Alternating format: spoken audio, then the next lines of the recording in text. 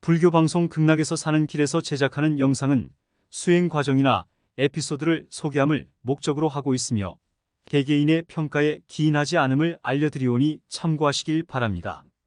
자장율사, 신라의 승려. 신라 십성에 속하는 인물이다. 보통 법명에 경칭인 율사를 더한 자장율사나 혹은 법사를 더해 자장법사로 칭하는 경우가 많다. 성은 김씨, 성명은 선종랑. 무림의 아들이다.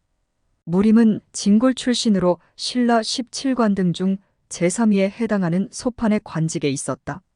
늦게까지 아들이 없었던 그는 불교에 귀의하여 아들을 낳으면 시주하여 법회의 질량이 되게 할 것을 축원하면서 천부관음을 조성하였다. 어느 날 어머니가 별이 떨어져 품 안으로 들어오는 태몽을 꾸고 석가모니가 탄생한 4월 초파일에 자장을 낳았다.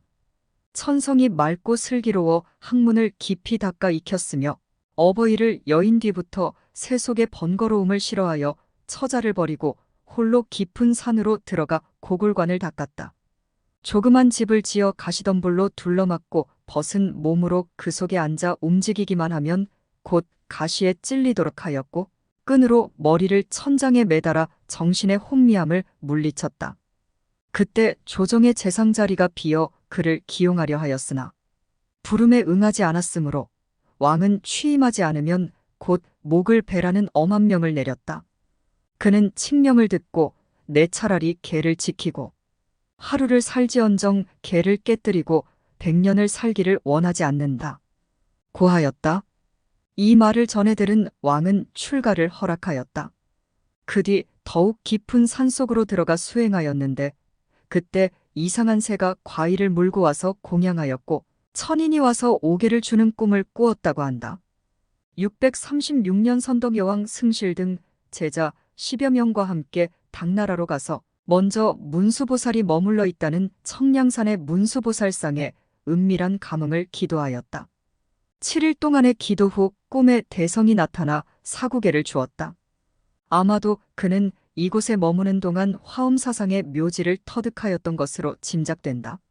즉, 이곳 문수보살상 앞에 기도하여 꿈에 얻은 개성이 비로 화엄의 내용을 천명하는 것이었기 때문이다.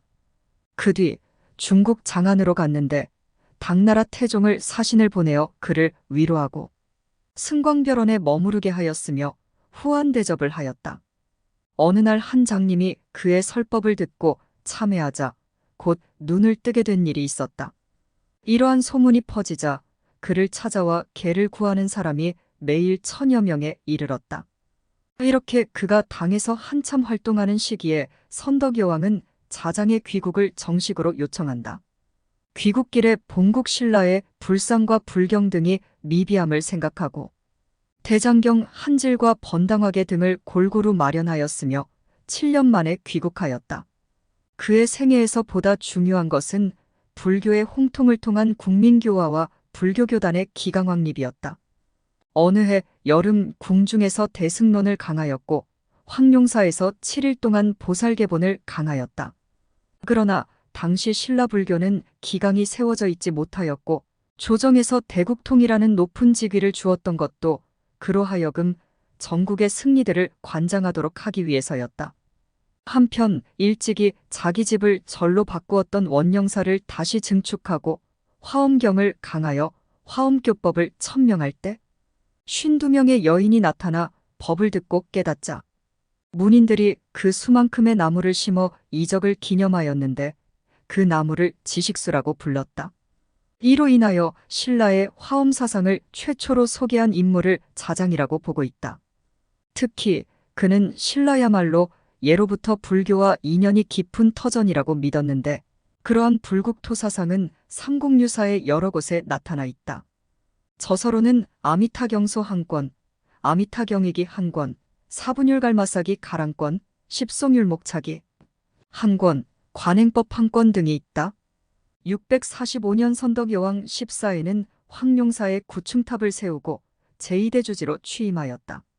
자장율사가 왕에게 구층탑 건립을 건의한 것은 당시의 어려운 국난을 극복하고자 하는 호국정신과 삼국통일의 염원에서였다. 646년 선덕여왕의 명에 따라 자장율사가 경상남도 양산 지역의 통도사를 창건하고 통도사 금강계단을 쌓은 것은 통도사가 우리나라의 불사리 신앙의 중심을 이루게 되는 출발점이 되었다. 삼국유사 자장정율조에 다음과 같이 기록되어 있다. 나라에서 계를 받고 불법을 받드는 것이 10집에 8, 9집이나 되었으며 머리를 깎고 승이 되기를 원하는 사람은 해마다 불어났다. 이에 통도사를 창건하고 계단을 쌓아 사방에서 모여드는 사람을 받아들였다. 특히 자장율사는 통도사 대웅전 뒤 주련에 다음과 같은 불탑계를 써놓았다. 만대까지 불법의 수레를 굴린 3계의 주인 쌍님에 열반하신 뒤 몇 천년이던가 진신살이 오히려 지금도 있으니 널리 중생의 예불 쉬지 않게 하리자. 삼국유사에 전하는 자장율사의 말년은 몹시 쓸쓸하였다고 한다. 문수보살을 온전히 친견하지 못한 것에 대한 여한과 자신이 추구하는 깨달음의 진리를 얻지 못했기 때문이다. 신라의 대국통을 그만두고 오로지 중생과 신라의 구군을 위해 기도하던 자장의 말년과 마지막에 대한 설화 역시 소유가 아닌 무욕의 상태에 이르러야 자아를 깨달을 수 있다는 메시지를 전한다. 천하의 자장율사도 아상에 사로잡혀 성남원까지 찾아온 문수보살을 알아보지 못했다고. 하니 부처가 되는 길은 결코 쉬운 일이 아닌가 보다. 자장율사와 금개구리 전설. 양산 통도사 산내 암자인 자장암 법당 뒤 절벽 바위에는 1400년 전부터 금개구리가 살고 있다고 전한다. 요즘도 자장암에서 정성 들여 기도를 잘하면 볼 수 있다는 이 금개구리는 자장율사가 통도사를 세우기 전 석벽 아래 움집을 짓고 수도하고 있을 때 나타났다. 어느 날 저녁 자장율사는 공양미를 씻으러 암벽 아래 석간수가 흘러나오는 옹달샘으로 나갔다. 바가지로 막 샘물을 뜨려던 스님은 잠시 손을 멈췄다. 원 이럴 수가? 아니 그래 어디 가서 못 놀아서 하필이면 부처님 계신 절집 샘물을 흐려놓는고. 스님은 샘에서 흙탕물을 일으키며 놀고 있는 개구리 한 쌍을 두 손으로 건져 근처 숲속으로 옮겨 놓았다. 다음 날 아침 샘가로 나간 자장 스님은 개구리 2마리가 다시 와서 놀고 있는 것을 보았다. 허참 그 녀석들 말을 안 듣는구먼. 스님은 다시 오지 못하도록 이번에는 아주 멀리 갖다 버리고 왔다. 그런데 이게 웬일인가? 다음 날에도 개구리는 또 와서 놀고 있었다.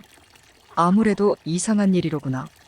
스님이 개구리를 자세히 살펴보니 여느 개구리와는 달리 입과 눈가에는 금줄이 선명했고 등에는 거북 모양의 무늬가 있었다. 불연이 있는 개구리로구나. 자장율사는 개구리를 샘에서 살도록 그냥 놔두었다. 어느덧 겨울이 왔다. 자장율사는 겨울잠을 자러 갈 줄 알았던 개구리가 눈이 오고 얼음이 얼어도 늘 샘물 속에서 놀고 있는 것을 보았다. 안 되겠구나. 살 곳을 마련해줘야지. 스님은 절뒤 까가 세운 듯한 암벽을 손가락으로 찔러 큰 손가락 들어갈 만한 구멍을 뚫고 그 안에 개구리를 넣어주었다. 언제까지나 죽지 말고 영원토록 이곳에 살면서 자장암을 지켜다오. 스님은 이렇듯 불가사의한 수기를 내리고는 개구리를 금화라 이름했다. 그 뒤 통도사 스님들은 이 개구리를 금화보살, 바위를 금화석굴이라 불렀다. 금화석굴은 말이 석굴이지 지름이 1.5cm에 깊이 10cm 정도의 바위 구멍이다. 그 속에는 이끼가 파랗게 끼어 있는데 개구리 같기도 하고 큰 벌 같기도 한 것이 살고 있다고 한다. 자장율사의 수기를 받아 오늘까지 살아온다고 전해지는 이 금화보살은 통도사 내에 길조가 생길 때면 나타난다고 한다.